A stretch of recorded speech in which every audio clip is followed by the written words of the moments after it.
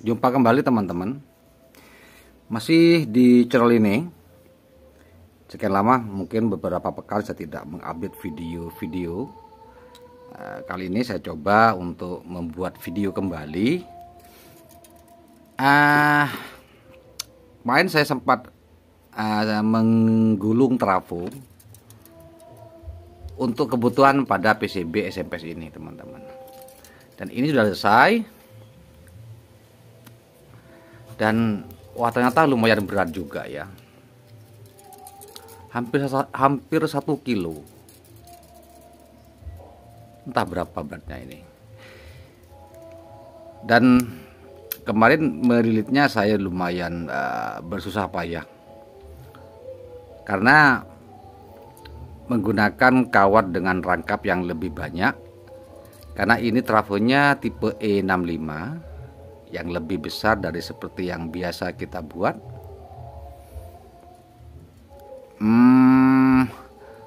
Untuk primernya ini menggunakan 1 mm kali 4, berarti 4 rangkap. Terus untuk sekundernya dia menggunakan 5 rangkap, sama-sama menggunakan 1 mili. Jadi ya lumayan pegel lah, bukan lumayan lagi, tapi betul-betul tangan saya sakit ini sekarang.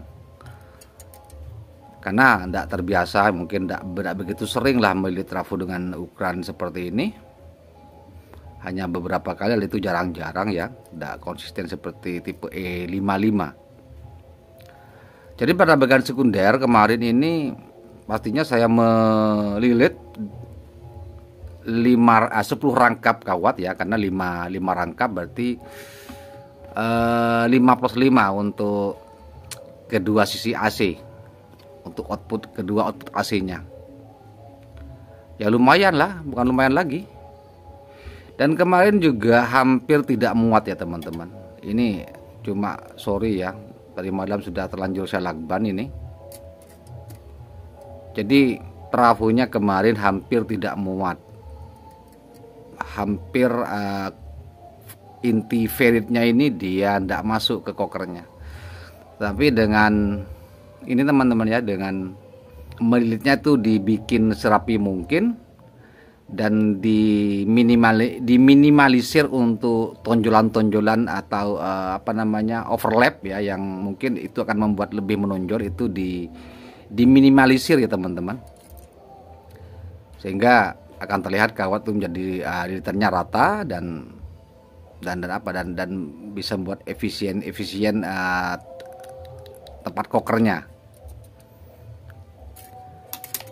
Untuk induktansinya ini 4 mH teman-teman. Jadi kemarin sudah saya bikin gapnya menggunakan 1 lembar isolator.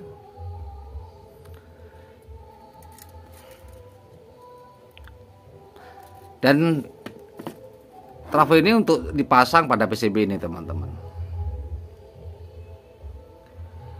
Nanti setelah semuanya rampung terpasang, mungkin akan saya buat videonya untuk tes poinnya, termasuk mungkin dengan load dayanya. Jadi kesimpulannya, kalau melihat sebuah trafo itu, kadang-kadang banyak sekali yang bertanya berapa rangkap bang, berapa ukuran kawatnya. Jadi masalah ukuran kawat itu sembarangan teman-teman.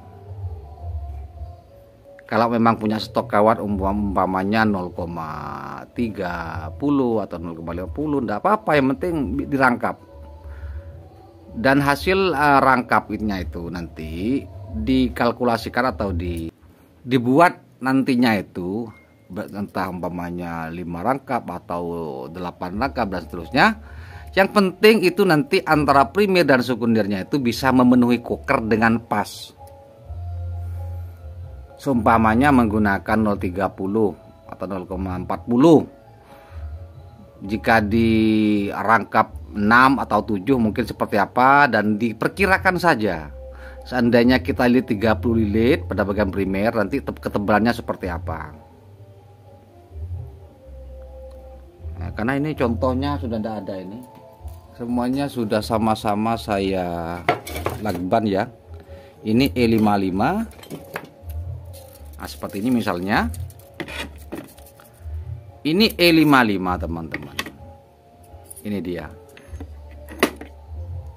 Nah, jadi dia terlilit penuh. Ini menggunakan 1 mili kali 3 untuk primernya. Kali 3. Sedangkan sekundernya dia kali 4. Sama-sama 1 mili. Jadi perhitungannya itu gimana nantinya kawat setelah dililit antara primer dan sekunder itu dia ngepas seperti ini, ngepres di sisinya ini. Jadi saat feritnya dia masuk, dia tidak ada halangan, lepas ya, artinya ferit itu nyaman, seperti itu. Jadi seperti itu untuk pertanyaan-pertanyaan yang menanyakan berapa rangkap. Intinya berapapun rangkapnya, yang penting bisa memenuhi inti kokernya. Dan saya kira mungkin sekedar saran saja, sebaiknya menggunakan kawat yang besar, jangan yang kecil-kecil. Kenapa saya bilang begitu? Karena kalau kawat yang kecil nanti yang capek itu untuk ininya, untuk ngerik kawatnya itu yang capek ya. Terkecuali teman-teman mungkin sudah terbiasa atau ya, karena kalau trafo kawat itu katanya sih lebih baik yang kecil-kecil tapi dirangkap banyak.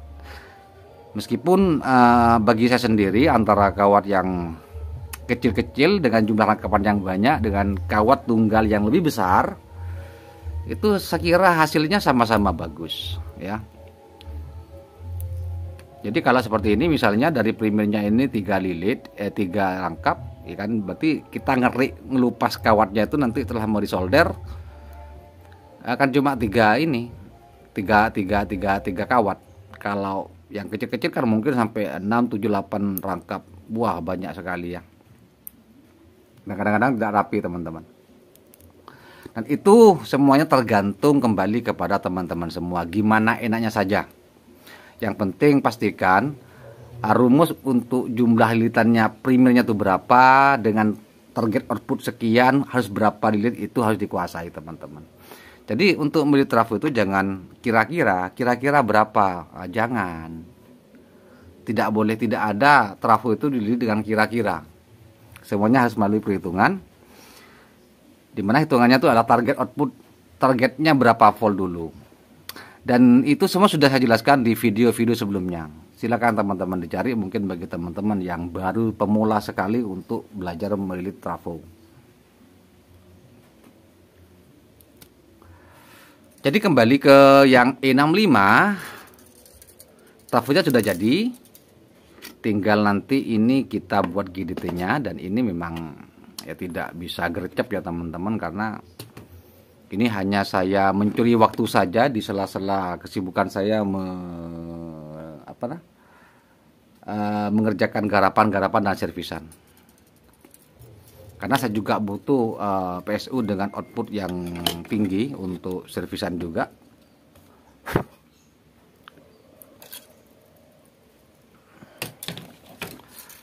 Jadi seperti ini untuk trafo E65 yang sudah dililit.